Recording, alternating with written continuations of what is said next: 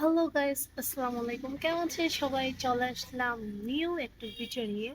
আচ্ছা আফরিন, আমি ভিডিও বানানোর সময় তুমি এরকম করো কেন? করি। হুম, এরকম করো কেন? আসো, এদিকে আসো। আসলে গাইস ও একটু অসুস্থ। তো ওর আসলে জ্বর হয়েছে। আমার কলিজার টুকরাটা, আমার জানটা, আমার বাকিটা, আমার ময়নাটা, আমার সব কিছুটা, আমার কুলুকুলোটার জ্বর হয়েছে।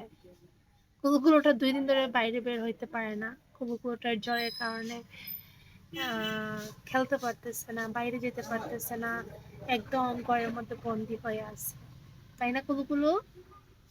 হ্যাঁ। তো তোমার মানে অনুভূতি কেমন, তুমি এই যে বাইরে যেতে পারতেছো না?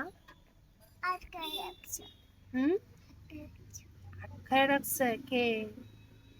আমরা কেউ তোমার আটকায় রাখছি নাকি তোমার জ্বর হয়েছে বলে তুমি যেতে পারো?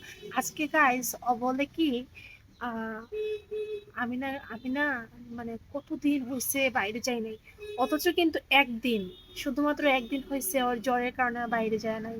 কিন্তু ও বলতেছে কি, আমি কতদিন হয়েছে বাইরে যাই নাই, বলো নাই তুমি এটা? হুম, বল। বলছো? কেন তুমি বাইরে যাও না? না, তোমাকে কেউ আটকায়? কে আটকাইছে তোমার?